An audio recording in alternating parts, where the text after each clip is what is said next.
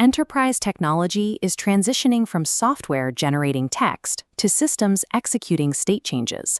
We're seeing infrastructure physically and digitally reconfigure based on model outputs.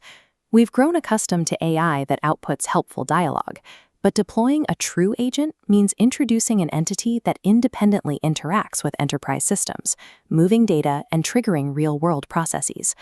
The boundary between these two systems comes down to one precise capability: the authorized power to execute a state change.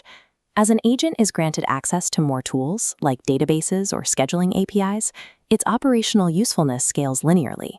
But look at the corresponding risk.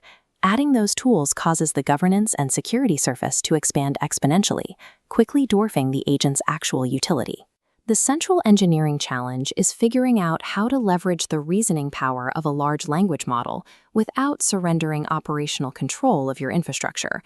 Solving this requires a strict architectural framework built on hard boundaries, strategic human approvals, and an aggressively minimized blast radius. Scaling AI from a chatbot to a real-world actor means designing the structural governance first, long before granting the operational authority.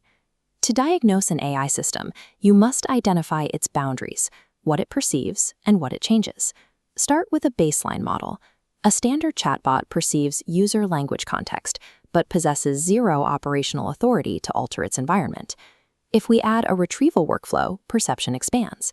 It ingests external data, like an order API, pulling live information into the conversation. Despite this access, the retrieval system is read-only. It can report a delayed shipment, but cannot alter the data. An operational agent is different. It requires write access to multiple external tools so it can investigate and prepare real-world actions.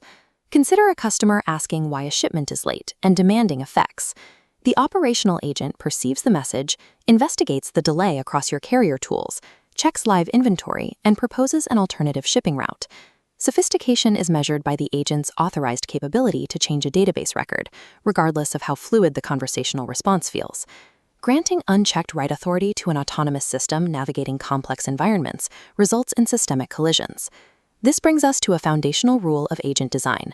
Human approval must be placed exactly where consequence, uncertainty, or irreversibility requires it. This diagram outlines a safe workflow pipeline, breaking an operation into 5 distinct phases: read, investigate, propose, change, and verify. The initial data gathering phases, read and investigate, must remain fully automatic, maintaining the system's speed and analytical efficiency. However, the workflow must forcefully pause at the propose phase. Here, the agent presents its formulated alternatives for human review. The final change phase is locked behind this explicit authorization. Once approved, the subsequent verify phase demands the system produce concrete evidence of the outcome. Architects must weigh specific variables evaluating the consequence of a failure, the reversibility of the action, the model's confidence, internal policy, and time pressure. In autonomous systems, friction is not a design flaw. Governed, human-in-the-loop pauses are the primary safeguard against irreversible operational failure. To understand why these safeguards are necessary, we have to look at the underlying code layer driving these actions, the continuous feedback mechanism. This loop diagram maps out the fundamental cycle of an agent.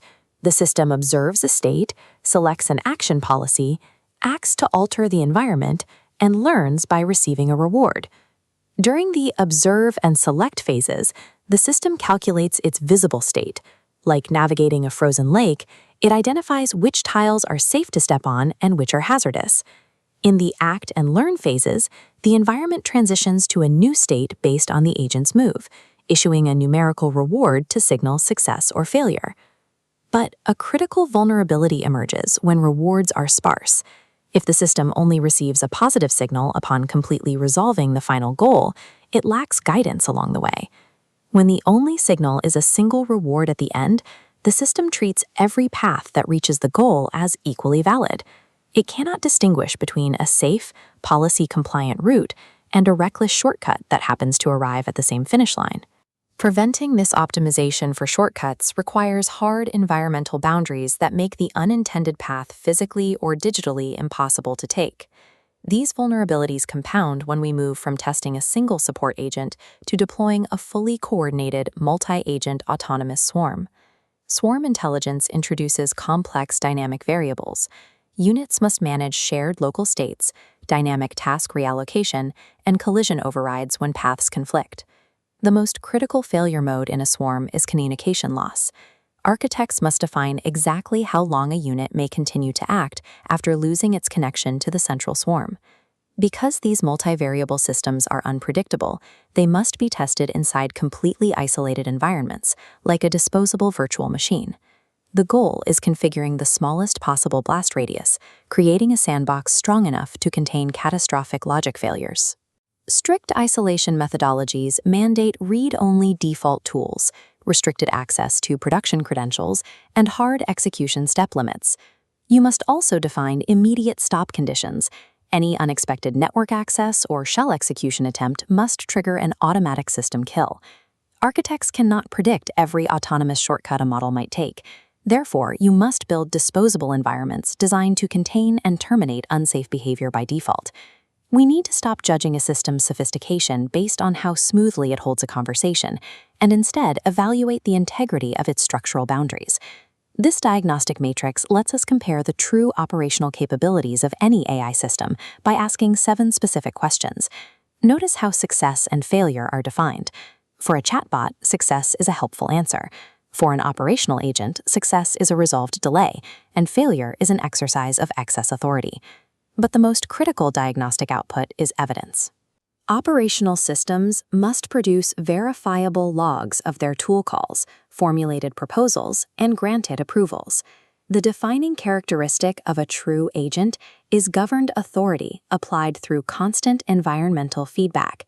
To be truly capable, an operational agent must be bounded in its access, completely observable, instantly interruptible, and structurally accountable for its actions.